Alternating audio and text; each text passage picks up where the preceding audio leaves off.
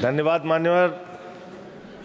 आपने इस महत्वपूर्ण विषय पे भारत के संविधान के 75 वर्ष पूरा होने पर जो चर्चा हो रही है, उस चर्चा में मुझे भाग लेने का अवसर दिया, मुझे बोलने का अवसर दिया। मान्यवर, बाबा साहब डॉक्टर भीमराव अंबेडकर जी ने जब भारत का संविधान लिखा तो हिंदुस्तान के सभी वर्गों के बारे में सोचा, सबके अधिकारों के बारे में सोचा, भारत कैसे तरक्की के रास्ते पे जाएगा, कैसे आगे बढ़ेगा, इसको लेके भारत के संविधान को बनाया उन्होंने। और उसमें एक एक करके जो संविधान की मूल आत्मा है वो मैं आपके सामने पढ़ना चाहूंगा कि उनकी मंशा क्या थी, हमारे संविधान की मंशा क्या है। संप्रभु राष्ट्र यानी ऐसा देश जो किसी दूसरे देश के प्रभुता से मुक्त है, अपने सभी निर्णय लेने के लिए पूर्णतः स्वतंत्र है और उस पर किसी बाहरी शक्ति का कोई प्रभाव नहीं होगा।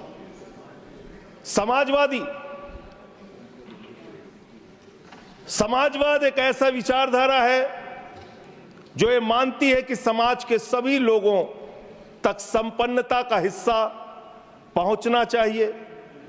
धन संपत्ति भी समाज से ही उपजती है, तो उसका बंटवारा भी शांतिपूर्ण और न्यायपूर्ण तरीकों से लोगों के बीच होना चाहिए।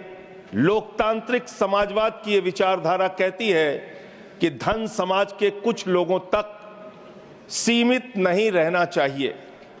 उत्पादन के साधनों पर लोगों का मिला जुला मालिकाना होना चाहिए। यह भारत का संविधान कहता है मान्यवर। और आज क्या स्थिति है, भारत की क्या स्थिति है मान्यवर, मोदी जी के राज में क्या स्थिति है? 5%, देश के 5% लोगों के पास देश की 60% संपत्ति है और देश के 50% लोगों के पास मात्र 3% संपत्ति है। और पिछले 2012 से लेकर अगर 21 तक का आप रिकॉर्ड इनका देखेंगे तो 40% संपत्ति 1% लोगों के पास गई है। यह है इनकी समाजवाद की विचारधारा, यह है इनकी बराबरी की सोच, यह किस तरीके से ये भारत के अंदर गैर बराबरी को जन्म दे रहे हैं। समाजवादी आंदोलन में नारा लगता था, समाजवादी आंदोलन में नारा लगता था, जब तक दुखी इंसान रहेगा धरती पर तूफान रहेगा। नारा लगता था, रोटी कपड़ा और मकान मांग रहा है हिंदुस्तान। नारा लगता था, धन और धरती बट के रहेगी, भूखी जनता चुप न रहेगी।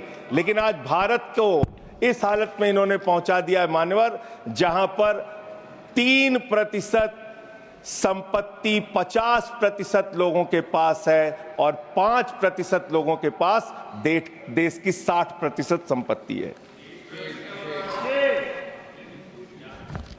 इसके आगे हमारा संविधान कहता है सेकुलरिज्म की बात, धर्मनिरपेक्षता, जिसका खुलेआम आप विरोध कर रहे हैं। ये एक ऐसी सरकार है, हमारे प्रधानमंत्री जी भारत के संविधान पे शपथ लेकर देश के प्रधानमंत्री बने।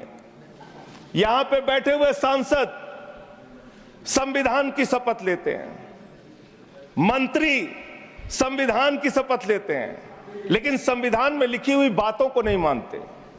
धर्मनिरपेक्षता से इनको मतलब नहीं है। हमको अगर दर्शन करना होता है मान्यवर, तो हम काशी जाते हैं, महाकाल का दर्शन करने उज्जैन जाते हैं, प्रभु श्री राम का दर्शन करने अयोध्या जाते हैं। लेकिन भाजपाइयों को जब दर्शन करना होता है तो ये मस्जिद में भगवान का दर्शन करने जाते हैं, मस्जिद में भगवान का दर्शन करने जाते हैं, मस्जिद में मंदिर खोज रहे हैं पूरे देश के अंदर। तो इसलिए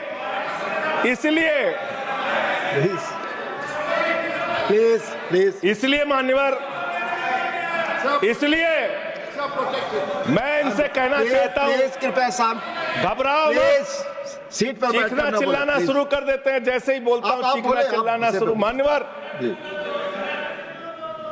ये भारत खोदो योजना चला रहे देश में, भारत खोदो योजना। अरे मैं कहता हूं अगर इतना ही खोदना है, कल को कोई आके दावा करेगा संसद को खोद दो, कम से कम प्रधानमंत्री की डिग्री मिल जाएगी, उसका तो पता चल जाएगा कहां है। संसद खोद दो। ये भारत खोदो योजना बंद करो, इससे देश का विकास होने वाला नहीं है। आपने शिक्षा में क्या हालत की देश की? माननीय शिक्षा मंत्री जी यहां पे बैठे हुए हैं, मैं बताना चाहूंगा शिक्षा के स्तर को आपने कहां पहुंचा दिया। 11 लाख, अरे क्या क्या यहां बोला गया, मैंने खूब सुना है, आप ही लोगों से सीखा है। 11 लाख बच्चों को सरकारी स्कूल से दूर किया गया। 11 लाख बच्चों को। यह देश के अंदर शिक्षा की व्यवस्था है और इसमें सबसे ज्यादा मान्यवर, अगर किसी राज्य की भागीदारी है जहां पे सबसे ज्यादा बच्चे सरकारी स्कूल से दूर हुए हैं, पिछले 8 महीने का आंकड़ा शिक्षा मंत्रालय ने लोकसभा में रखा। 11 लाख में से अकेले 7,84,000 बच्चे उत्तर प्रदेश में सरकारी स्कूलों से दूर गए। ये कर रहे हैं शिक्षा के नाम पे आप। देश की शिक्षा की व्यवस्था की हालत यह कर दी आपने। 63,000 बच्चे आसाम में सरकारी स्कूलों से दूर हुए। यह सरकार का आंकड़ा, मैं अपनी ओर से नहीं पढ़ रहा हूं। जब सरकार से पूछा गया शिक्षा पे कितना खर्च करते हैं, जीडीपी का कितना हिस्सा शिक्षा पे खर्च करते हैं, पिछले 3 वर्षों से भारत की सरकार जीडीपी पे 0.4% शिक्षा पे ऊपर खर्च करती है। और दिल्ली की सरकार, जहां अरविंद केजरीवाल की सरकार है, हम शिक्षा के ऊपर 25% बजट का हिस्सा खर्च करते हैं मानव। स्वास्थ्य के ऊपर दिल्ली के अंदर 13% हम खर्च करते हैं। और भारत की हमारी सरकार जो अपने आप को कहती है मोदी जी की बड़ी योजनाएं हैं, बड़ी ताकतवर सरकार है, मात्र 2% स्वास्थ्य के ऊपर खर्च करती है। यह इस देश की हकीकत है। कैसे समानता आएगी? कैसे संविधान में लिखी हुई बातों की सुरक्षा हो पाएगी? मैं दिल्ली की बात करूं, अगर एक राज्य सरकार दिल्ली के लोगों ने भी चुना, जिसको आप चलने नहीं देते, बार बार उसके ऊपर रोक लगाते हैं, लेकिन उस राज्य सरकार के काम क्या हैं वो आपको जानना बहुत जरूरी है। एक ऐसी सरकार जिसने, अब देखिए टोका टोकी करेंगे। बोलिए ना, आप बोलिए, आप क्यों उधर बात अभी ये लोग जब बोल रहे थे मैं चुपचाप सुना। आप बोलिए। अगर जेल वेल की बात करोगे ना, जिस दिन सत्ता परिवर्तन होगा एक भी आदमी बाहर नहीं दिखेगा। फिर ऐसी बातें मत करो, आपस में बात नहीं। संजय ये जी, धमकी देने की बातें मत करो। संजय जी, आपस में कोई बात नहीं। संजय जी प्लीज प्लीज, नहीं कोई नहीं, आप लोग आपस में बात कंट्रोल कीजिए सर। सभी लोग आपस में बात, प्लीज आप बैठे रहे, प्लीज। ऐसे धमकी देके काम मत करो। आप विषय पे बोले। अडानी की दलाली करने वाली सरकार हमसे सवाल कर रही है। विषय पर संजय जी जो विषय बोलेंगे, ये भ्रष्टाचार बोलेंगे, विषय पर बोलिए प्लीज, विषय पर बोलिए प्लीज। अडानी की दलाली करने वाले लोग हमसे सवाल करेंगे। मुझे लगता है कि संजय जी अपना आपा खो गए हैं और उन्होंने अपनी शब्दावली को ध्यान में रखना चाहिए और ये जो उन्होंने वाक्य इस्तेमाल किया ये एक्सपंज होना चाहिए। प्लीज आप बोलिए, प्लीज बैठ। सर बोलिए, मैं दिल्ली के काम बता रहा हूँ। आप दिल्ली के काम बताइए, आपस में दिल्ली की सरकार ने क्या किया है संविधान की रक्षा के लिए? टीका टिप्पणी ना करें। दिल्ली की सरकार ने क्या किया है इस देश के नागरिकों को मजबूत बनाने के लिए? दिल्ली की सरकार ने क्या किया है शिक्षा और स्वास्थ्य पे काम करने के लिए?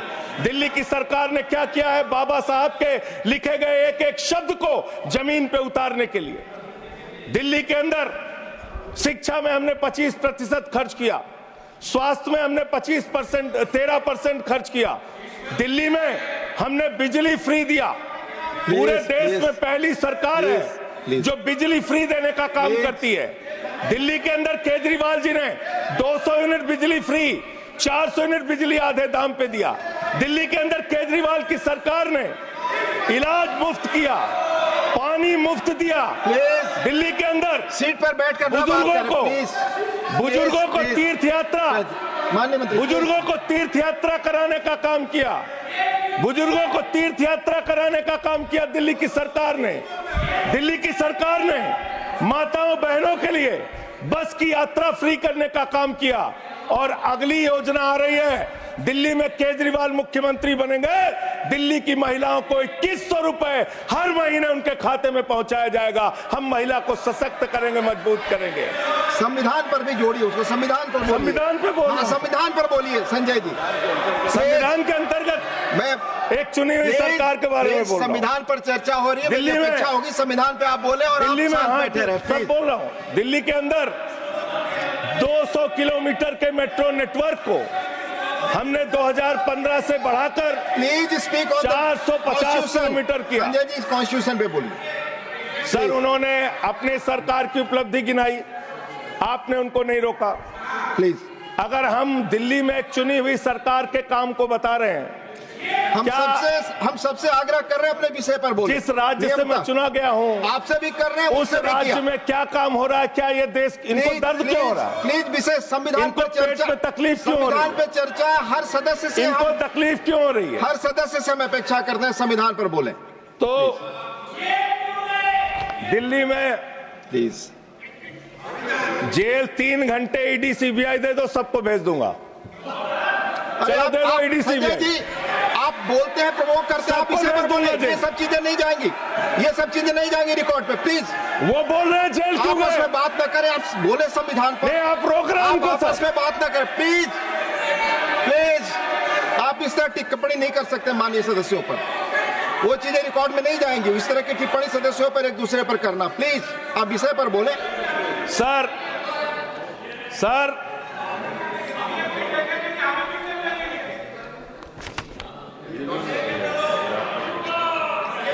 3 सर, आप ही का चेहरा दिख रहा है सर।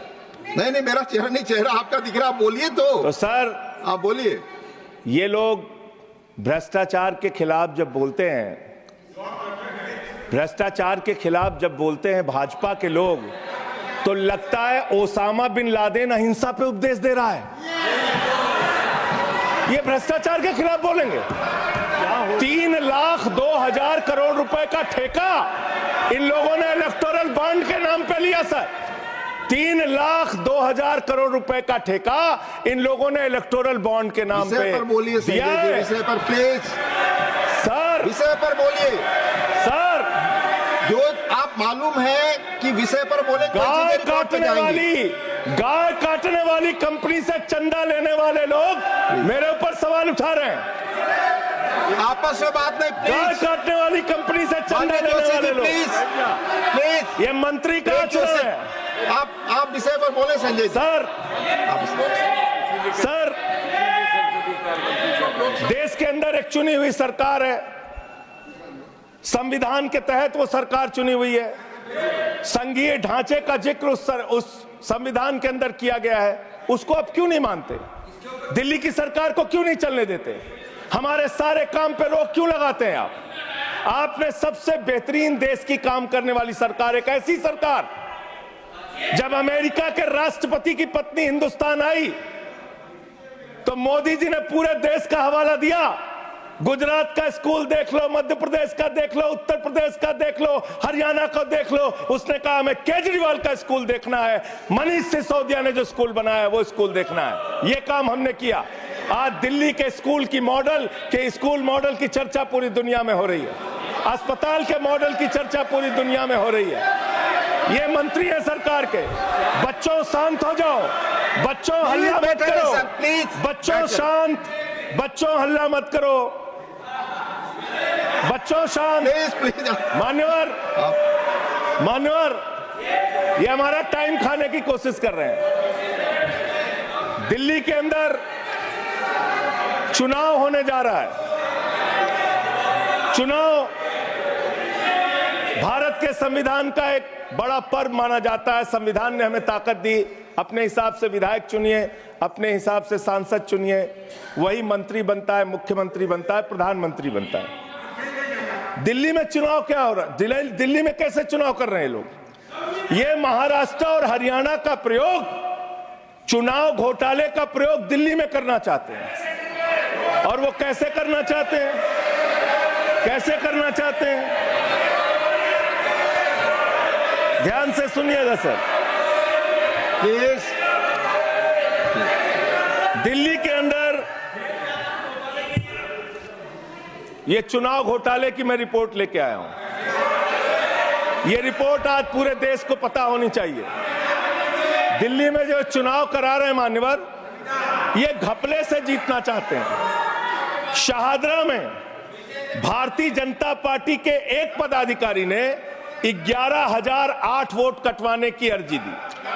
जनकपुरी में भारतीय जनता पार्टी के 24 कार्यकर्ताओं ने 4,874 वोट कटवाने की अर्जी दी।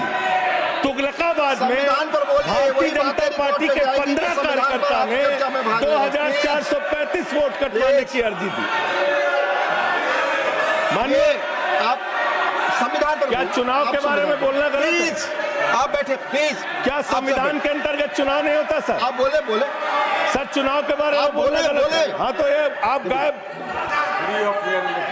फ्री एंड फेयर इलेक्शन संविधान ने दिया है। तुगलकाबाद में सर, तुगलकाबाद में एक बूथ है, बूथ नंबर 117।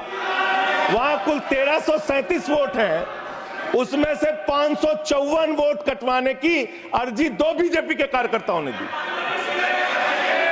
पालम में भाजपा के 9 कार्यकर्ताओं ने 1641 वोट कटवाने की अर्जी दी। संजय जी, रजौरी गार्डन में सर, चुनाव का अधिकार संविधान ने दिया। ऑथेंटिसिकेशन करेंगे। सर, चुनाव का अधिकार संविधान ने दिया। जो आरोप लगा रहे क्या हैं, हम चुनाव के घपले पे नहीं बोलेंगे? यहाँ पे प्लीज, क्या चुनाव के घपले पे नहीं बोलेंगे? इसको चुनाव हाँ ऑथेंटिकेट करूंगा, ऑथेंटिकेट करूंगा sir. I will authenticate it, please. मैं ऑथेंटिकेट करूंगा सर। आपकी बात सुन लिया सर। हरिनगर में आप बैठ जाए जगह पे अपनी। हरिनगर में भारतीय जनता पार्टी के 4 कार्यकर्ताओं ने 637 वोट कटवाने का आवेदन दिया। करावल नगर ने 2 कार्यकर्ताओं ने 3,260 वोट कटवाने की अर्जी दिया। मुस्तफाबाद में एक व्यक्ति ने 534 वोट मैं नहीं कर रहा। I am not एल्डिंग sir, I am not एल्डिंग। Leader of the house, I am not एल्डिंग। नहीं सर, ऐसे आप तो फिर ऐसे अलाउ करेंगे। मिनट आपको हम समय देंगे, आप देखिए। Leader of the house. नहीं, मैं एक ही बात स्पष्ट करना चाहता हूं कि जिस संविधान ने ये ताकत दी है कि वो वोटर्स लिस्ट के बारे में जो चर्चा कर रहे हैं कि उसको कटवाने का, वो प्रोविजन भी संविधान के अंतर्गत ही है। और उसमें देखने वाली बात यह है कि ये इतने दिन सत्ता पे कहीं रोहिंग्या और बांग्लादेशी के वोटों पर तो नहीं बने हुए थे। माननीय संजय जी, इतनी शानदार बात आज की है लीडर ऑफ द हाउस ने सर। मैं इनका नमन करता हूं। इतनी बढ़िया बात इन्होंने कह दी कि मैं इसका जवाब जरूर दूंगा। सर, इन्होंने कहा कहीं ऐसा तो नहीं जिनके नाम काटे जा रहे हैं वो रोहिंग्या हैं। हमारे उत्तर प्रदेश के भाई, हमारे पूर्वांचल के भाई, हमारे यूपी बिहार के भाई जो 40-40 साल से दिल्ली में रह रहे हैं, अपने श्रम, अपने खून पसीने से दिल्ली को बना रहे हैं, आप उनको रोहिंग्या करें। आप उनको रोहिंग्या करें। हिम्मत कैसे हुई आपकी? हिम्मत कैसे हुई आपकी? आप बैठे। आप हमारे पूर्वांचल के भाइयों को रोहिंग्या कहेंगे? हिम्मत कैसे हुई आपकी? हिम्मत नहीं होनी चाहिए आपकी। आगे बोले। पूर्वांचल के लोगों को ये बांग्लादेशी कह रहे हैं। मैं नाम पढ़ रहा हूं। देते हैं उनका वोट कटवाया गया। राम प्लीज बैठ जाइए। बसंत विहार में रहते बैठिए, आप हैं। सब बैठिए, बैठिए। ये पता है सर, आपके सदन पर रखूंगा। ये हिंदू लोग हैं, हिंदू लोग हैं, इनका नाम राम है, इनका नाम राम है, राम, इनका नाम राम है, राम। प्लीज बैठे। छोटेलाल वर्मा, आप बैठे। छोटेलाल वर्मा, अंबेडकर नगर, बस्ती, आरके पुरम, दिल्ली, इनका नाम कटवाया गया। सोनिया, अंबेडकर नगर, बस्ती, आरके पुरम, इनका नाम कटवाने की अर्जी दी गई। संतोष कुमार, अंबेडकर नगर, बस्ती, आरके पुरम, इनका नाम कटवाने की अर्जी दी गई। आशा, अंबेडकर नगर, बस्ती, आरके पुरम, इनका नाम कटवाने की अर्जी दी गई। गीता, हरकेश, सुशील कुमार, नरेंद्र, सुमन, ये सारे नाम लेके आया हूं। ये हमारे यूपी के, बिहार के, ये दिल्ली में रहने वाले 40-40 साल पुराने रहने वाले लोग हैं। ये बांग्लादेशी नहीं है, ये रोहिंग्या नहीं है। इनको आपने रोहिंग्या और बांग्लादेशी कहा है। पूर्वांचल के लोग आपकी जमानतें जब्त कराएंगे दिल्ली के चुनाव में, देखना। सर आप ही दिख रहे हैं, मेरी बात तो नहीं जा रही। बोलिए, आप ही बोल रहे हैं। सर आपको मैंने नाम पढ़ के बता दिया, ये लिस्ट यहां रखूंगा और मैं चाहता हूं ये ऑथेंटिकेट करने के लिए आपने कहा मैं नाम दूंगा। इसकी उच्च स्तरीय जांच कराइए, कैसे इन लोगों के नाम कटवाने की अर्जी दी जा रही है। यही महाराष्ट्र में घोटाला किया इन लोगों ने, यही हरियाणा के अंदर घोटाला किया इन लोगों ने।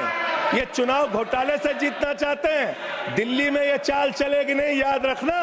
केजरीवाल और आम आदमी पार्टी यहाँ पे बैठी है, संविधान पर बोलिए। यहाँ पे ये चाल नहीं। संविधान पे बोल रहा हूँ सर। संविधान, ये चुनाव ही गड़बड़ कर देंगे, इससे आगे बढ़िए। चुनाव ही गड़बड़ करेंगे तो संविधान कहाँ से बचेगा सर। चुनाव ही निपटाने पे लगे हुए हैं ये लोग। सर दूसरी बात हुई दलितों के अधिकार की और बांग्लादेशी घुसपैठिया। सर पिछले 10 साल से हिंदुस्तान में किसकी सरकार है सर? क्या यहाँ पे ट्रंप की सरकार है? क्या ओबामा की सरकार है? यहाँ पे यहाँ 10 साल से किसकी सरकार है? 10 साल से यहाँ पे महामानव की सरकार है। महामानव की सरकार है 10 साल से। मैं महामानव से पूछना चाहता हूं, नरेंद्र मोदी जी से पूछना चाहता हूं, अमित शाह जी से पूछना चाहता हूं, सीमा की सुरक्षा किसके जिम्मे है? अमित शाह के जिम्मे है। सीमा किससे लगती है? बांग्लादेश की, त्रिपुरा से लगती है, आसाम से लगती है, बंगाल से लगती है। कोई बांग्लादेशी त्रिपुरा से, बंगाल से, आसाम से, झारखंड पार करके, यूपी पार करके, बिहार पार करके दिल्ली कैसे आ गया? आप लोग घास छील रहे थे क्या? आपकी सरकार घास छील रही थी क्या? कैसे आ गए भाई यहाँ पे बांग्लादेशी? और 10 साल में 10 बांग्लादेशी घुसपैठिया दिल्ली से भगाया हो तो उसका नाम बता दो, उसका नाम बता दो। 10 साल में 10 बांग्लादेशी घुसपैठिया दिल्ली से भगाया हो तो उसका नाम बताओ ना। राजनीति क्यों करते हो? नरेंद्र मोदी का दोस्त अडानी बांग्लादेश को बिजली सप्लाई करता है, आप विषय पर बिजली सप्लाई करता है। प्रधानमंत्री पर आपने भारत की बिजली चोरी करके, भारत की बिजली चोरी करके बांग्लादेशियों का घर रोशन करते हो। संविधान पर बोलिए। हमें ज्ञान बता रहे हो, प्लीज हमको ज्ञान बता रहे हो। हजारों करोड़ की बिजली चोरी करके झारखंड की बिजली। सर आप ही आ गए सर, मेरा तो नाम गायब हो जाता हूं मैं। सर झारखंड की बिजली चोरी करके, भारत की बिजली चोरी करके अडानी बांग्लादेश को पहुंचाता है। ये आप ही सब्सटेट करेंगे इस आरोप इसको भी करेंगे। हाँ, करे जितना आप बोलेंगे सब हाजिर कर देंगे साहब। आप इस सब्सटेट करेंगे, इसलिए जो आरोप आप लगा रहे हैं। हाँ एकदम करेंगे। ये दोहरी नीति नहीं चलेगी। आपके लड़के कतर के शेखों के साथ बिजनेस करेंगे, दुबई के शेखों के साथ बिजनेस करेंगे, यहाँ मुसलमानों के खिलाफ हिंसा की बात करोगे। मैं एक बात इन लोगों को समझाना चाहता हूँ, दिल्ली चुनाव में आ रहे हो, शांति से आना, एकदम शांति से आना। यहाँ पे अगर गंदी राजनीति की हिंदू मुसलमान किया तो हमने दिल्ली वालों को सिखा दिया है। जब तुम कहोगे हिंदू मुसलमान, वो कहेंगे स्कूल अस्पताल, स्कूल अस्पताल, स्कूल अस्पताल। आपको मैं बताना चाहता हूँ, यहाँ किसी भी तरह की तानाशाही और दादागिरी दिखाने की कोशिश मत करना। दिल्ली का चुनाव मुद्दों के ऊपर लड़िए, चुनाव का घोटाला मत कीजिए।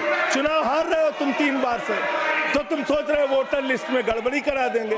इससे काम नहीं चलेगा सर। हम काम की बात करते हैं, दलितों के अधिकार की बात यहाँ पे हुई, दलितों के अधिकार की बात।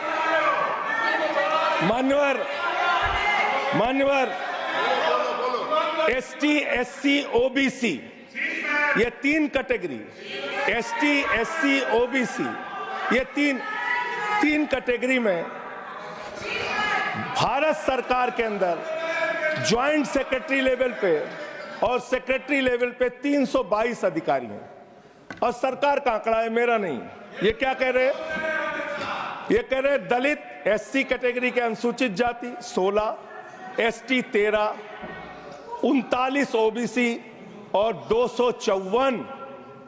254 जनरल कास्ट के लोग हैं। ये आपका दलितों, पिछड़ों और आदिवासियों के प्रति न्याय है। ये कर रहे हैं आप उनके साथ। लेटरल एंट्री के जरिए आप दलितों, पिछड़ों, आदिवासियों का आरक्षण खा रहे हैं। आप आईएएस की नौकरी में बहुत सारे बच्चे, 125 बच्चे हैं सर, जिनको इन्होंने क्रीमी लेयर के नाम पे आईएएस, पीसीएस, आईएफएस बनने से वंचित कर दिया। ये इनका इतिहास है। ये कर रहे हैं दलितों के साथ साथ। मंदिरों में घुसने नहीं देते। इनकी मानसिकता ये है, इनकी मानसिकता ये है। इन्होंने अयोध्या में मंदिर का शिलान्यास किया। उस समय हमारे प्रधानमंत्री गए, मुख्यमंत्री उत्तर प्रदेश के गए, राज्यपाल भी गई। उस समय के राष्ट्रपति रामनाथ कोविंद जी को नहीं बुलाया इन्होंने। मंदिर के उद्घाटन में इन्होंने श्रीमती द्रौपदी मुर्मू जी को नहीं बुलाया, क्योंकि वो दलित समाज से थे, ये आदिवासी समाज से हैं। आपकी मानसिकता ये है। 100 वर्ष हो गए आरएसएस को, एक भी दलित, पिछड़ा और आदिवासी आज तक आरएसएस का प्रमुख क्यों नहीं बना? इसका जवाब दो, इसका जवाब दो। आप नफरत करते हैं दलितों से, पिछड़ों से, आदिवासियों से। यह आपकी मानसिकता है। इसलिए आगे कॉन्स्टिट्यूशन पढ़ता हूं सर, आगे क्या लिखा हुआ है? आगे लिखा हुआ है डेमोक्रेटिक, लोकतांत्रिक भारत देश की जनता अपने प्रतिनिधि खुद चुनती है। वोट के माध्यम से सभी के वोटों का महत्व बराबर है। जनता के द्वारा जनता का प्रतिनिधि चुना जाता है। जनता के द्वारा जनता का प्रतिनिधि चुना जाता है। उसके बाद चुनने के बाद सरकार बनती है, और आप लोग खरीद फरोख्त करके, संविधान को तार तार करके, लोकतंत्र का गला घोट के महाराष्ट्र में सरकार गिराते हो, कर्नाटक में सरकार गिराते हो, मध्य प्रदेश में सरकार गिराते हो, उत्तरांचल में सरकार गिराते हो, अरुणाचल में सरकार गिराते हो। पूरे देश में तोड़ फोड़ खरीद फरोख्त करके सरकारों को गिराने का काम करते हो। इसीलिए मैं कहता हूं, जब ये लोकतंत्र के बारे में बोलते हैं, संविधान के बारे में बोलते हैं, हम लोग यहाँ विपक्ष की तरफ से खड़े होते हैं, चीख रहे हैं, चिल्ला रहे हैं, सोच रहे हैं इनसे डर के चुपचाप बैठ जाएंगे। एक बात याद रखना, ये देश बाबा साहब के संविधान से चलेगा, किसी मोदी और अमित शाह के फरमान से नहीं चलेगा। याद रखना, इसको याद रखना। और ये जो बार बार तुम्हारा गठबंधन ईडी से है, ईडी से तुम्हारा गठबंधन, सीबीआई से तुम्हारा गठबंधन, यहाँ इंडिया गठबंधन है, वहां ईडी गठबंधन है, ईडी गठबंधन है, ईडी गठबंधन। मान्यवर भ्रष्टाचार की बात मैं करूंगा।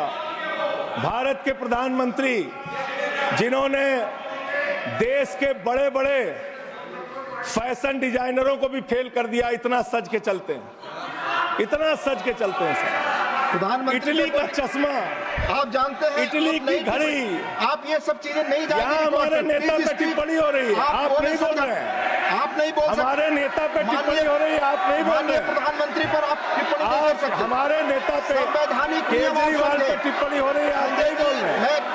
आप please speak on the subject. हमारा टाइम बचा है सर। हाँ तो आप बोले सब्जेक्ट पर बोले। सब्जेक्ट पे बोल। हाँ, ये टिप्पणियां नहीं जाएंगी आपकी रिकॉर्ड पे। सर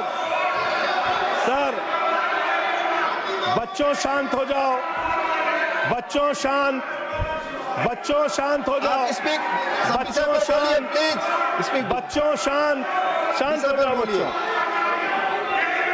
मानवर, न्याय की बात, भारत का संविधान सभी नागरिकों को सामाजिक, आर्थिक, राजनीतिक स्तर पर न्याय देने का वादा करता है। ये न्याय दे रहे हैं भारत के लोगों को सर, ये न्याय कर रहे हैं भारत की जनता को, ये न्याय दे रहे हैं। आज चुनी हुई सरकारों को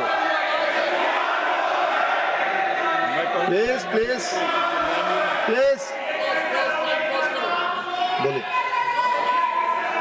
बोलिए अपने विषय पे बोलिए। सर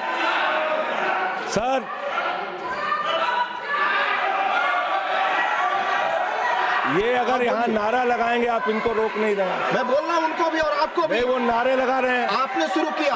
माननीय प्रधानमंत्री पर टिप्पणी नहीं, मैं अगर यहाँ नारा लगाऊंगा, प्लीज आप इस पर बोलिए, संविधान पर बोलिए। तो इसलिए मैं ये कहना चाहता हूं, जरूरत से ज्यादा उतना ही काम करो जितना ठीक लगे। आप इधर बोले, आपस में बात करें। जरूरत से ज्यादा मत उड़ो। संजय जी प्लीज, जरूरत से ज्यादा मत उड़ो। संजय जी आप गली में शोर है। संजय जी नरेंद्र मोदी चोर है। कोई बात रिकॉर्ड पे नहीं जाएगी। नरेंद्र मोदी चोर है। कोई बात रिकॉर्ड पे नहीं जाएगी। Not go please, it will not go on the record. नहीं, please go back to your seats. नहीं आप ये गलत, नहीं सर, आप दुरुपयोग कर रहे हैं समय का। कैसे केजरीवाल को बोल रहे हैं? केजरीवाल को कैसे बोल रहे हैं? आप सब पीछे जाए, आप प्लीज, आप पीछे जाइए प्लीज। नागर जी प्लीज आप पीछे जाइए। आप इसे पर बोलिए, इनको चुप कराइए सर। आपने जो भी प्रधानमंत्री जी पर टिप्पणी की है और जो भी नारे उनके खिलाफ लगाए, ये भी बोलिए कि मुख्यमंत्री पर जो टिप्पणी की है वो भी जाएगा। आप बोलिए, वो भी हट जाए। आप पहले बोले, आपका समय खत्म होगा, मैं खत्म करूंगा प्लीज। मान्यवर, पिछले दिल्ली के अंदर कानून व्यवस्था की क्या हालत है?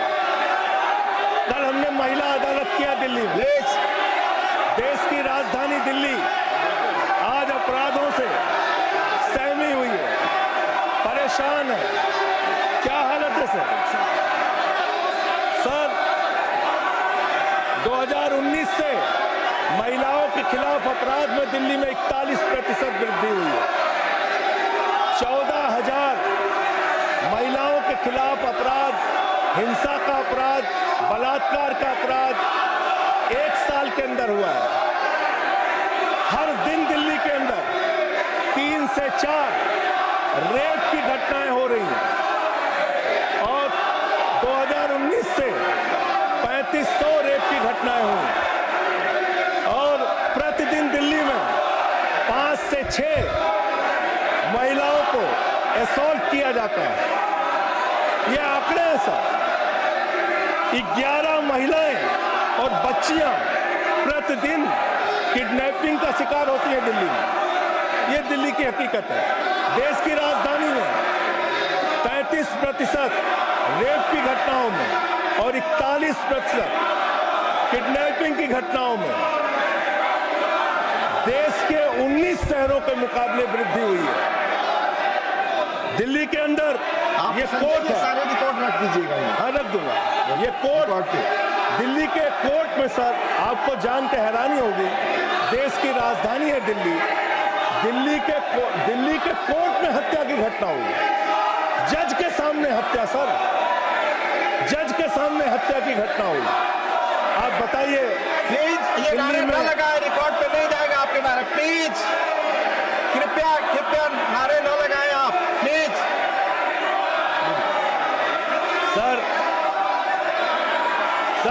दिल्ली के अंदर कोर्ट में हत्या हुई। देश की राजधानी में राष्ट्रपति रहते हैं, प्रधानमंत्री रहते हैं, उपराष्ट्रपति रहते हैं, सारे लोग रहते। सर मेरा वीडियो नहीं आ रहा है। सारे लोग रहते हैं देश की राजधानी में, और इस देश की राजधानी के अदालत में हत्या हो रही है। इसलिए मान्यवर, मैं आपके माध्यम से अनुरोध करना चाहता हूं अंत में एक बात कह के। आज जब मैं आ रहा था, काशी लंका में रेहड़ी पटरी वालों की दुकानें तोड़ी जा रही हैं, गरीबों को उजाड़ा जा रहा है। जिस राजधानी दिल्ली में हम लोग रहते हैं सर, झुग्गी बस्तियों को तोड़ा गया, झुग्गी बस्तियों को उजाड़ा गया, और हर साल का आंकड़ा है, मैं आपके सामने रखूंगा। मेरा आग्रह होगा प्लीज अपने सीट पर जाएं। प्लीज मान्यवर,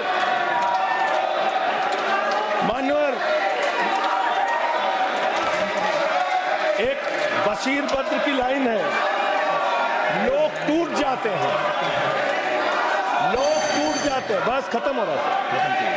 लोगों के घर उजाड़े जा रहे हैं सर, फिर आप ही का चेहरा आ रहा है सर। गरीबों को घर उजाड़ा जा रहा है दिल्ली में। बशीर बद्र की एक लाइन के साथ अपनी बात को खत्म करूंगा। लोग टूट जाते हैं एक घर बनाने में, तुम तरस नहीं खाते बस्तियां जलाने में। लोगों को उजाड़ना बंद करो। तुमने अयोध्या में उजाड़ा, तुमने काशी में उजाड़ा, तुमने दिल्ली में उजाड़ा। ये बुलडोजर राजनीति से देश का भला होने वाला नहीं है। ये चीखने चिल्लाने से कुछ नहीं होने वाला, और तुम्हारी तानाशाही के आगे झुकेंगे नहीं कभी। धन्यवाद। ये नारेबाजी लगा के धन्यवाद संजय जी, धन्यवाद, बहुत बहुत धन्यवाद। धन्यवाद। प्लीज माननीय लीडर, प्लीज माननीय